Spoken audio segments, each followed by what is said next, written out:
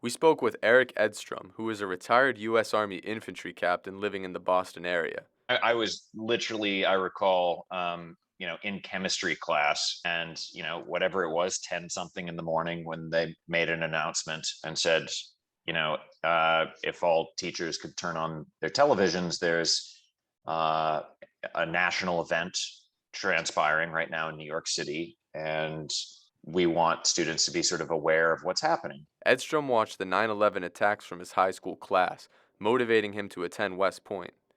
West Point's a really intense place. I found it both incredibly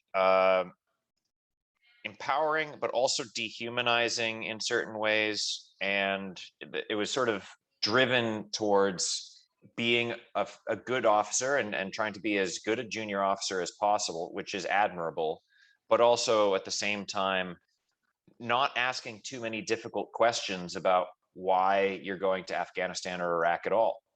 Edstrom was a Presidential Escort platoon leader stationed in Kandahar, Afghanistan under the Obama administration.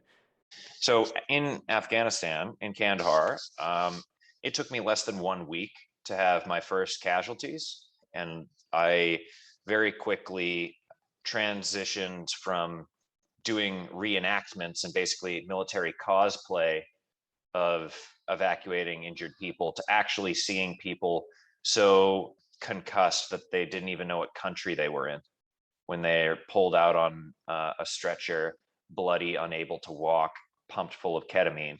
Like that initial trauma, is like, yep, that's what war is. And now I finally know. And 1 week into a year-long deployment, and there's a lot more to come. While being stationed in Afghanistan, Edstrom was inspired to write his critically acclaimed book, Un-American: A Soldier's Reckoning with America's Longest War, which deals with the war's failure and its detrimental effect on America's societal militarism.